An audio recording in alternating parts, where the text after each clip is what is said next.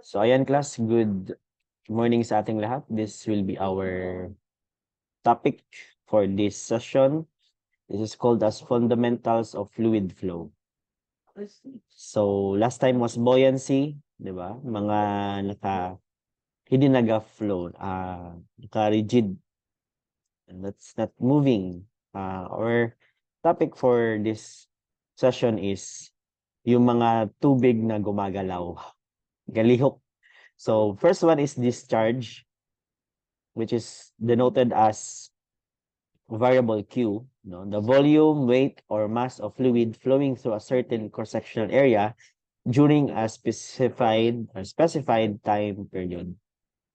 So discharge is area times velocity. Dili na volume, velocity na siya. So where A is cross-sectional area of flow and V is our average velocity of flow. So, again class, pag tinawag nating discharge, hindi lang siya parating volume. Pwede siyang in weight, di ba? Weight is Newton, and pwede din siyang in mass. So, volume volume na gaagi, flowing at a certain point, force that flowing on a certain point, and pwede din siyang mass that flows in a certain point. So, meter cube per second or Newton per second or kilogram per second. Depende sa ato ang sitwasyon. Okay? So, ito yung tinatawag na volume flow rate. Kay volume man. The next one is weight flow rate. Kay naka-force. No? Force is weight. Then, last one is yung mass flow rate. Kilogram per second. So, natin tulo ka type na discharge. So, next one class is yung continuity principle. So, what is that principle?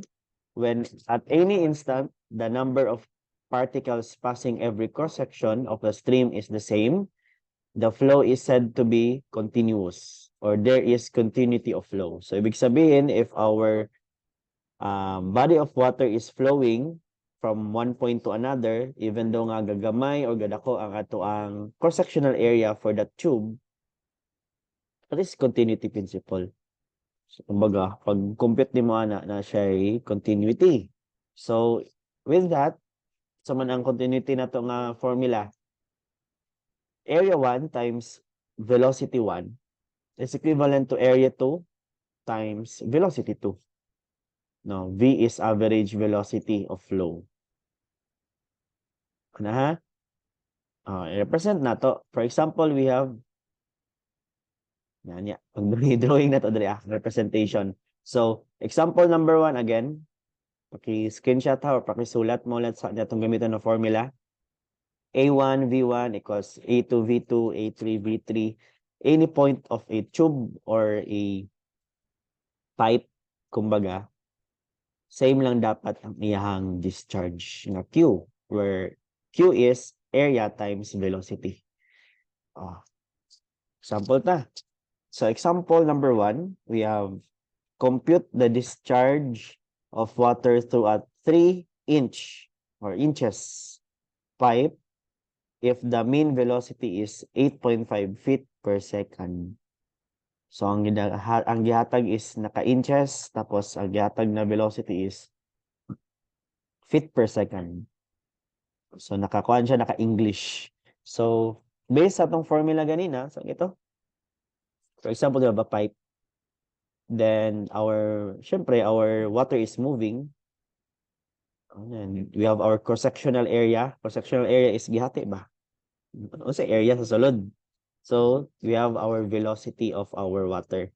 So, solution based kanina, our discharge, which is Q, is equivalent to our area or cross-sectional area times our velocity. Oh, unsay area sa circle, pi r squared. And take note, gitagaan taog 3-inch pipe. So, pag ganyan, pag binibigyan tayo ng inch ng pipe, ng size ng pipe, that is not a radius, but that is our diameter. So, eto, may tandaan na, common mistake. This is the diameter of your pipe. So therefore, radius na ito kailangan, i-divide lang na ito 2. Okay ba?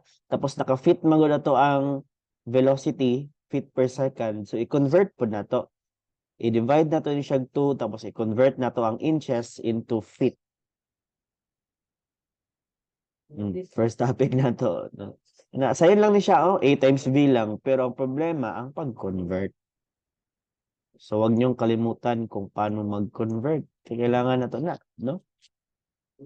So here we have pi, 1/2, kay di ba 1/2 man, of 3/12, kay 3 inches, convert natin into feet.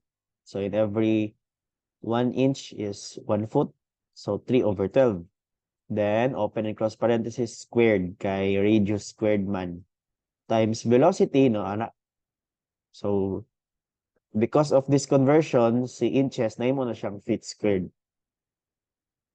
Tapos, multiply na to sa velocity sa water inside the pipe, which is 8.5 feet per second. What is our Q? Okay, operate pi times 1/2 times 3/2 squared times 8.5.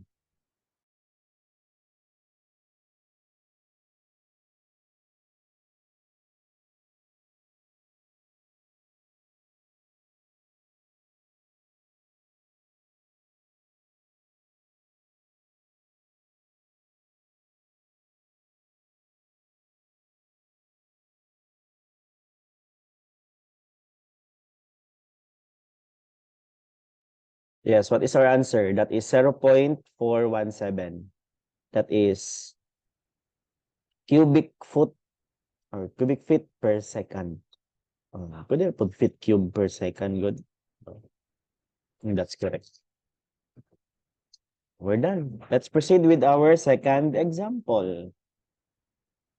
Solving mean velocity. So for example class, we have a discharge of air through a 24 inches pipe is 8,600 cubic foot per minute. No? So this is cubic foot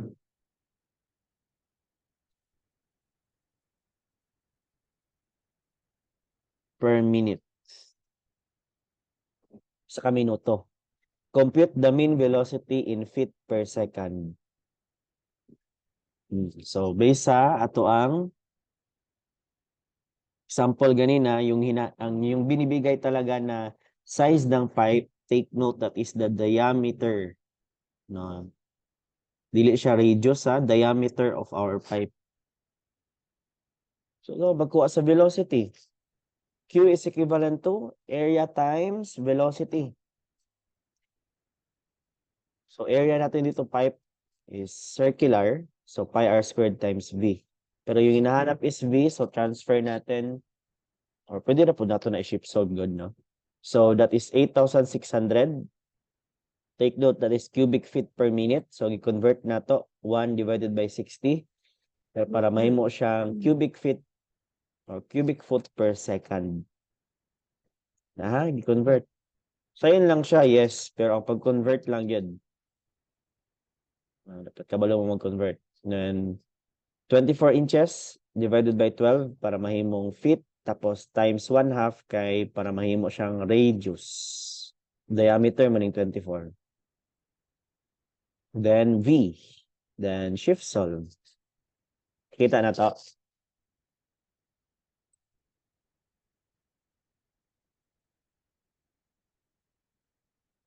Pwede na po din mo ilipat 8,600 times 1/60 para may mong seconds. Then pi 1/2 kay para may mong radius. Then 24 divided by 12 para mahimong si inches mahimong feet or foot squared kay pi r squared times our velocity x. Yan yung hinahanap. Shift solve. Butang kag any value. What is our answer? Wala, daga na nag-answer. Pwede na po mo habol. That is equivalent to yan, 45.624. Tapos ang unit na to is yan, naka-feet per second na siya. Yan, final answer. So, ano ha? Q is equivalent to AV. Proceed tayo sa next. Ayan, wait lang.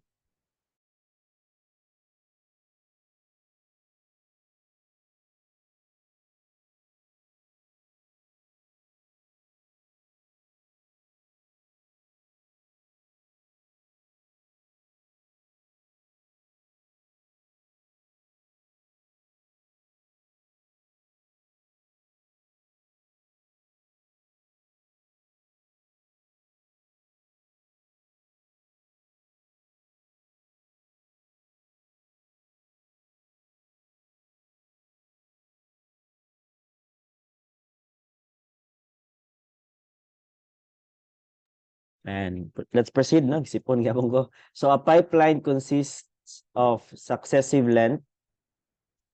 Ano ka record na ta? Of 15 inches, 12 inches, and 10 inches. Na pipe.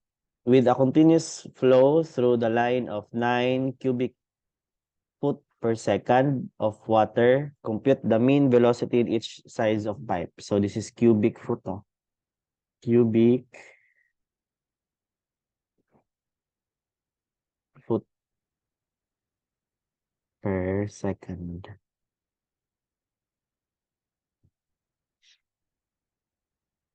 Sundon lang ko na to. For example, representation lang ni. You have a pipe nga 15 inches. Tapos gipagamayan siya, naging 12 inches. Then, pinalitan ulit, naging 10 inches. Tapos, yung ating Q daw, no? Discharge is 9 cubic foot per second. That is, kumbaga, FT cube over S. So, ano yung hinahanap? Compute the mean velocity. So, ang mean velocity daw niya. In each ha, so sa 15 inches, pila yung velocity, sa 12 inches, pila yung velocity, and sa 10 inches. Okay, Q is equivalent to AV, no? Area times velocity. This is a circular pipe, so pi r squared times V. So for our letter A, no, we have 9 is equivalent to pi 1/2 kay para mahimong radius, di ba? Times 15. So dito mag-una kay letter A. This is our letter A pipe. So 15 inches, gawin nating feet. So divided by 12 squared times V. So pares ganina. Pangilisdan lang. So paki-shift solve plus what is our velocity at pipe letter A. Same lang siya. 9 kaganina nag-times lang tag 1/60 kay minutes man to karon seconds, so we don't need to multiply it by 60, 1/60. So 1/2 times 15/2, 12 pala squared, tapos alpha x. Yes, shift solve. That is, okay, mag-input 9 1/2 5 15. Ay, hindi. Tama? 7. May magbalik ko. Yes, that's correct. That is 7.334. Hala. How about kay letter B? Sa letter B pipe, no, paliitan natin, that is 12 inches. So, ibig sabihin, again, ayaw i-erase itong kaganina. Please D lang. Diba? Haro. Si 15, ilisi lang og 12. Then, shift solve. Yes, pakitype. What is our answer?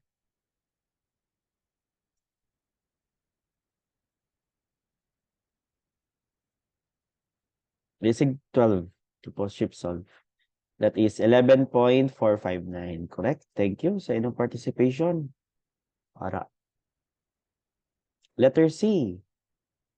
Ilisda na po nato, no? Gis.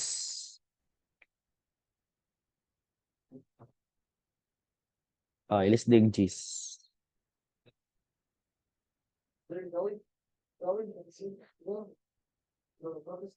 That is, yes. Ayan, 16.501.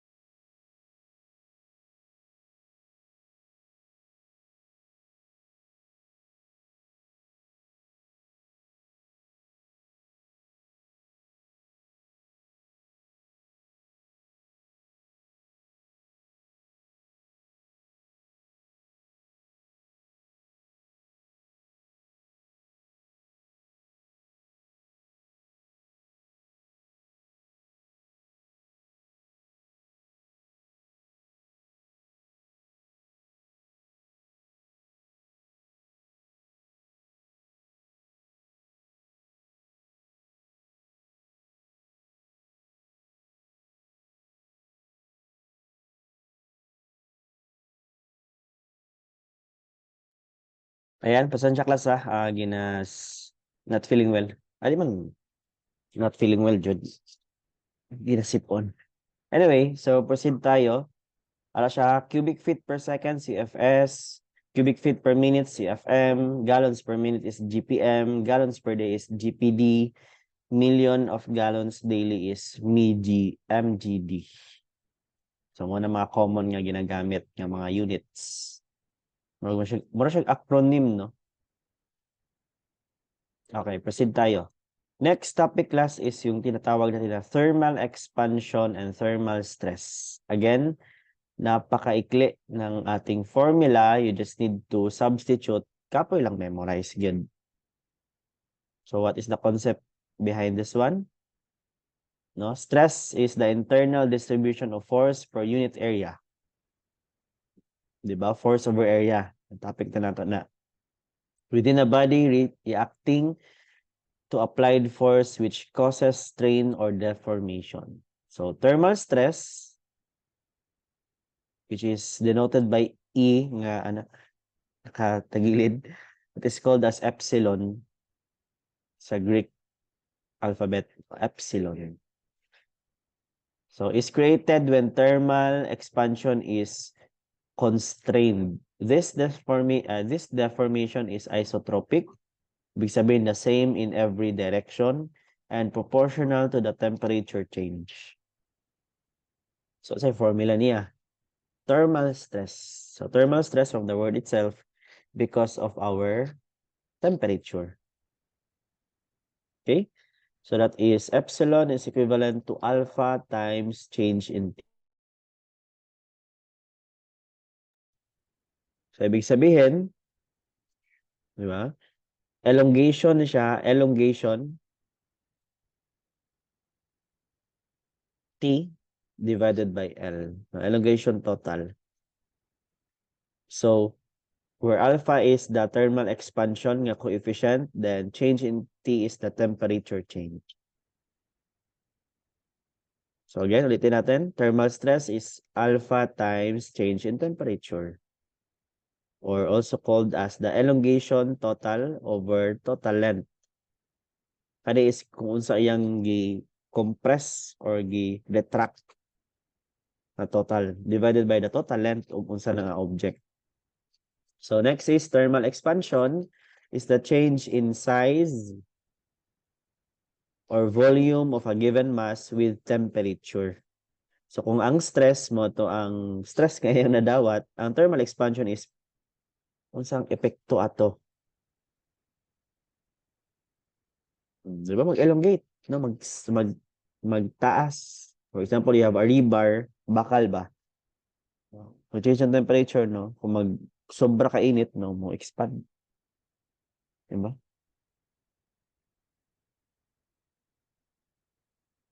Then, pag sobra kalamig, no? Mag-retract. Diba?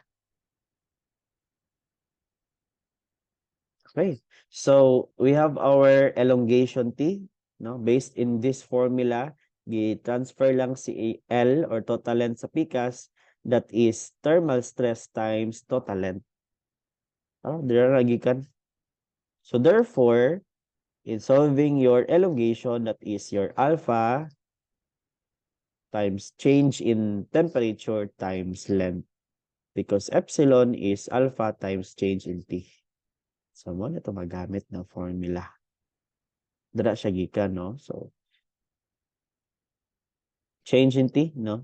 Elongation total is thermal expansion or elongation.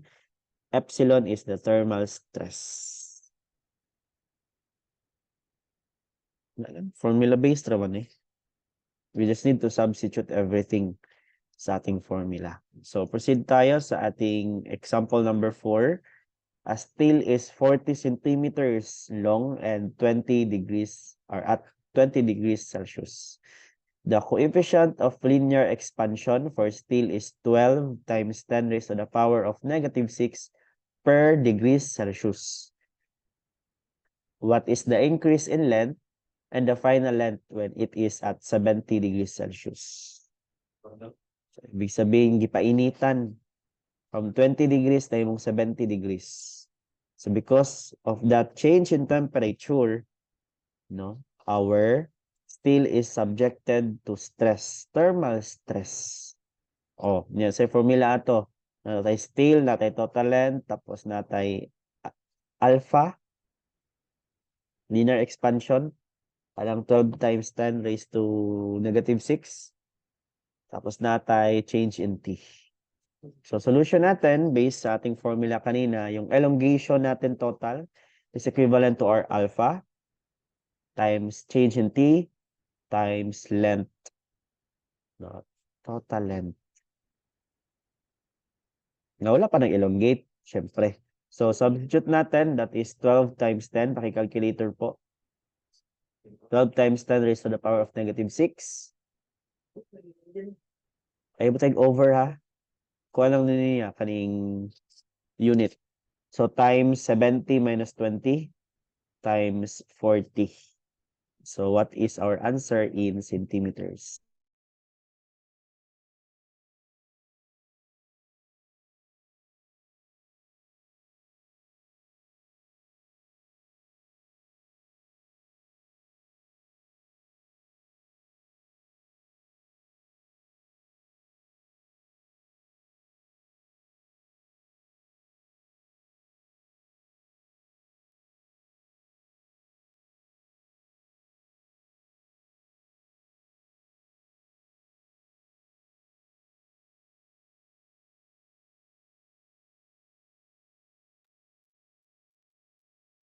Yan. Mga plasta. Anyway, so our answer is 0.024 centimeters. Okay? Yun lang. Kapit naman tamahuman. So, this is our final answer. Duha, dagi pangita. Ito, this is the increase in length. Total increase. Tapos, naman tayo ginapangayo, what is the final length?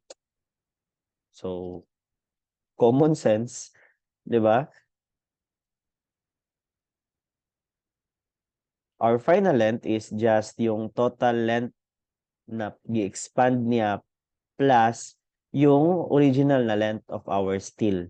So that is 40 centimeters plus 0.024. Obviously, that is 40.024. So, dapat kabalo mo mag-differentiate. What is the increase in length? Katong gi-increase lang niya. Pero pag final length, katong yung original length plus katong gi-increase niyang length. Di ba? Substitution lang, literal. You just need to memorize the formula. Ang daming topics ng physics. No? Puro magud siya introductory sa mga subjects nato sa higher year. So mura siya baby hydraulics, baby strength of materials, baby dynamics, kanang mga sayon, mag entry level siya sa mga topics or mga subjects ninyo sa higher year. Walang daghan kayo siya. At least na may background sa halos tanan, di man tanan, pero halos topics sa higher year. Pero mga sayon pa lang ni. Okay, proceed tayo. Next is we have an iron rod heated from 30 degrees Celsius to 80 degrees Celsius. The final length of iron is 115 centimeter and the coefficient of linear expansion, which is our alpha, is 3 times 10 raised to the power of -3 per degrees Celsius. What is the original length and the change in length of the iron rod? So baliktad ang gihatag diri class katong nag-elongate na siya. Kailan mong nag-elongate no? Nitaas na siya. No? Tungod of our change in temperature, nagtaas atong temperature, nitaas na siya. So ang gihatag katong ato ang gipangita ka ganina ara 40.024 pero kani gihatag siya baliktad. Ang pangitaon nato is yung original length. Okay, same gapon figure iron rod to our initial length because of our alpha and our change in temperature mag-elongate siya. Sa solution natin, length 2, ibig sabihin yung elongated na length na total is equivalent to length 1. Ang length 1 natin is yung original niya na length plus our elongation total. So pila ang iyang gi-elongate. Okay ba? So, unahon siguro nato pagkuha ang elongation total. So, elongation total is just alpha, no, our coefficient of linear expansion times change in temperature times length 1, our initial length. So, that is, substitute na to. Ano siya? Nanginan ako, ha? Ano siya? No? Kaya siya. Substitute lang na ritanan. No, ng L2 is equivalent to L1 plus alpha change in TL. Substitute na to tanan tapos shift solve para madali ta. So, length 2, ibig sabihin is katong elongated na niya nga length is 115 is equivalent to length 1, yan yung hinahanap, original length, plus 3 times 10 raised to the power of -3 times 80 minus 30 times length 1. I-type sa calculator, sabay ta. 115 equals, kita man no, kita ko calculator. Alpha x plus 3, close parenthesis at ha. 3 times 10 raised to the power of -3 times 80 minus 50. Ay, sorry, 30 pala. Times x. Then shift, solve.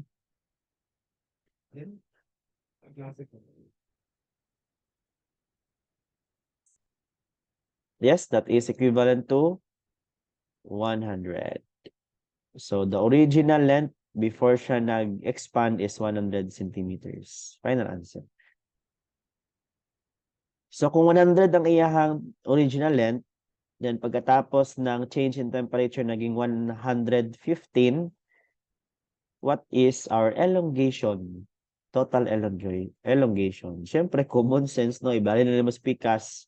115 minus 100, pila atong elongation length. Okay, type.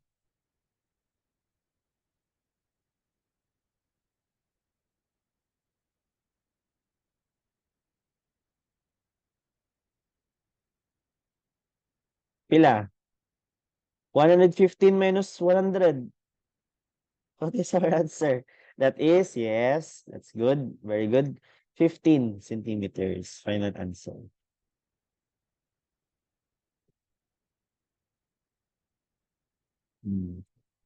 Alright. That is, again, thermal expansion. Tingi-tingi, Romani nga na, ano, na mga topics. Let us proceed with our next topic.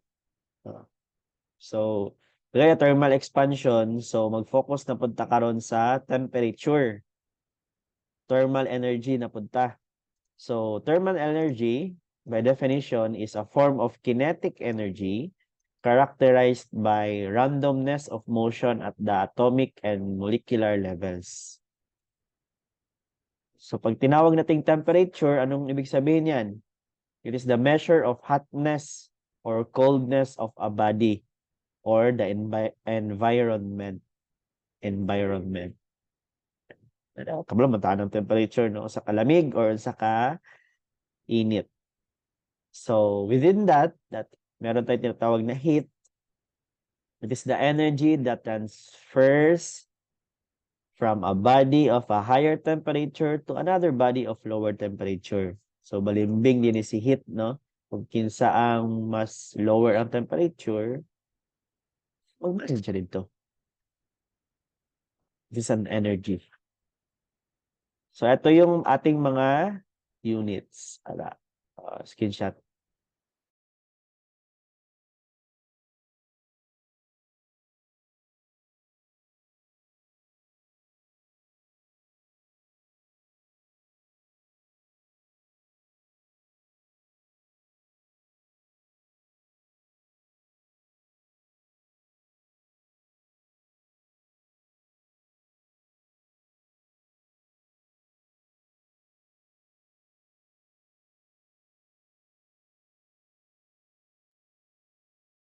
So, no, I hope na screenshot. Ang mga calculator karon itong Canon god, di man gud ako dala diri. Na siya conversion dito. Di mas maayo, no? Palit na lang mong Canon. Na dito sa pag-convert sa Celsius to Fahrenheit, but if wala kang calculator na ganon, wala again, mano-mano ka. To convert our Fahrenheit or degrees Fahrenheit into Celsius, that is 5/9 times F minus 32. But if you have your Celsius, i-convert nimo into Fahrenheit, that is 9/5 Celsius or degrees Celsius plus 32. Next is Kelvin. Kelvin scale. No, lahi mo nga country, lahi po ilaha. Na other country, Celsius ang gamit. Na other country, Fahrenheit ang gamit. Na other country nga Kelvin ang gamit. So, dapat alam mo lang kung paano i-convert. So, pag Kelvin gani class, pag may Kelvin, tsaka gusto mong maging Celsius, minus lang ka og 273. Pag may Celsius, gusto mong gawing Kelvin, mag-plus lang ka og 273. So next, ito yung mga constant values na importante. Pag freezing point, ibig sabihin pag inani ang temperature, mag-freeze na ang ato ang tubig. 32 degrees Fahrenheit or 0 degrees Celsius, mag-ice na siya. Or 273 Kelvin. Boiling point, ibig sabihin mo bukal, no? That is 212 degrees Fahrenheit or 100 degrees Celsius or 373 Kelvin. Mga importante na mga values. Okay, so with that, medyo paspasan na ito ni conversion. Again, naanan sa calculator. Ngitaa lang, pero kung wala. Convert ginato. The normal body temperature of a human being is 37 degrees Celsius. How will you express this temperature in Fahrenheit? Sige daw. Pwede mo gamitan og formula, pwede ka lang sa calculator pangitaa. I-substitute 9/5 times 37 plus 32. Pwede na po diretso calculator nga conversion. Practice. What is 37 degrees Celsius in Fahrenheit? Pakitype.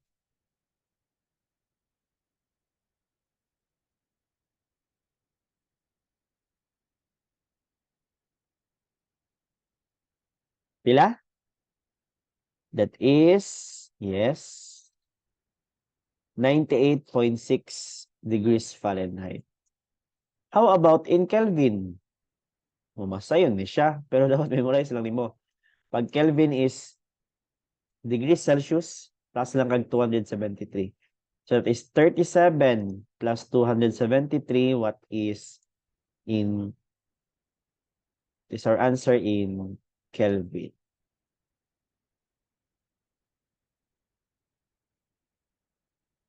Oh, basta paspasa. Diba? That is 310. Tingi-tingi ba, no? Let us proceed, class. Sa wakas. Let's proceed to our last topic. This is called as temperature and heat pa din. So definitions muna tayo. First one is heat transfer. It is the study of heat flow within an object and from one object to another due to the differences in temperature. Ibig sabihin, if we have two bodies, different temperature, tapos gitapad nimo, no? Most likely, magpasahanay silang heat nga mag-equal silang temperature. That is heat transfer. Next is radiation. Heat energy travels electromagnetic waves in the same manner as speed. Liktad ng guro ni. Same manner as speed of light. Heat energy travels electromagnetic waves in the same manner as speed of light. Katulgo na siguro nag-type ani. Next is conduction. From the word itself, mag-conduct. Mag-conduct ang heat. Now, heat energy travels when two objects at different temperature are in direct contact with each other. Next is convection. Baliktad siya, no? Heat in fluid is transferred to cooler region by currents. Then last one is specific heat. It is the amount of energy required to raise the temperature of 1 kilogram of a substance by 1 Kelvin. Ibig sabihin, si specific heat class, modo ng kailangan ng mga energy para ang isa ka body, for example, 1 kilogram, mapataas ni mo ang iyahang temperature by 1 Kelvin. Ano specific heat? Okay ba? So with that, ito yung mga formulas natin sa specific heat. Again, you don't need to memorize this. Hello, sir, kadaghan, ana. Wala, standard lang na siya. Ay, kadlok, ana. Standard lang na. You don't need to memorize. Kay kung ihatag man na, or gipangita, ihatag lang nato ang value. So, importante, ani, is this formula. This will be our last formula. Ay, salamat. No, that is thermal capacity. Change in our Q. Ang Q diri dili ni kuan basig gamiton yun. So sa nang Q dira sir discharge dili. No. Thermal naman ta. Dili na ni discharge. Q is the amount of heat transferred. Pag net triangle gani class, that is change. So change in heat. So ibig sabihin pila ang heat na transfer. Is equivalent to mass times specific heat o ng C. Ginahatag man na no constant. Then change in temperature. So temperature 2 minus temperature 1. No, ana. Mito na nato ng formula. Change in Q is equivalent to MC change in T. So, mura siyang Q is equivalent to MCT. Ikaw bala kung saan mo memorize. Let's proceed with our last example. Kapag calculator mo talan, kay last na bitaw, no? So, how much heat is needed to raise the temperature of 5 kilograms of water into 10 Kelvin? Ibig sabihin, pag naatay, isang hayop nga nara sa mga 5 kilograms. For example, nakay manok. Luyas manok, oy. Nakay manok, no, na siya temperature. Gusto mong pataasan yung kanyang temperature into 10 Kelvin. Dili 0 to 10. Ang ibig sabihin niya is, for example, 200 ang iyang Kelvin. Gusto na buhaton nimo og 210. Dili literal nga 0 to 10, no? I-increase lang nimo og 10 Kelvin. Okay? So again, yung ating formula is change in Q is equivalent to M C change in T. Then based sa ato ang C, ato, ara, sa atong gamiton, dara, water. Water ba yung wala. Ah, dara, water di. Di manok, sorry. Gutom man ta, no? Water ang ato ang istoryahan dre. Sir, again, i-memorize ba ni? Dili na kailangan i-memorize ha. Ihatag na ko na. Water is 418 joule per kilogram K. So, butang na to ha. Ang C sa water is 4180 J per kilogram Kelvin. Ihatag na ko na kung mag-quiz man ta or mag-exam. So, para diretso mo substitution. So, pakit-calculator po, what is 5 times 4180 times 10? Ayaw 10,000 na, basta inong i-type 10K man sir, so 10,000. Ayaw po. Ang K dra is Kelvin, dili na siya 1,000. Oh, sobra ng zero. Pila? Sige, everybody, kay last na. Yes, our answer is 2009 209,000 joule. That is our final answer. Okay, that's it. No, daghang topic sayon lang yun siya, pero we have a lot of topics you need to memorize. Announce ko soon yung ating mga quiz tsaka yung mga topics. So again, class, thank you for listening. I hope that you have learned something in this video. See you again next time.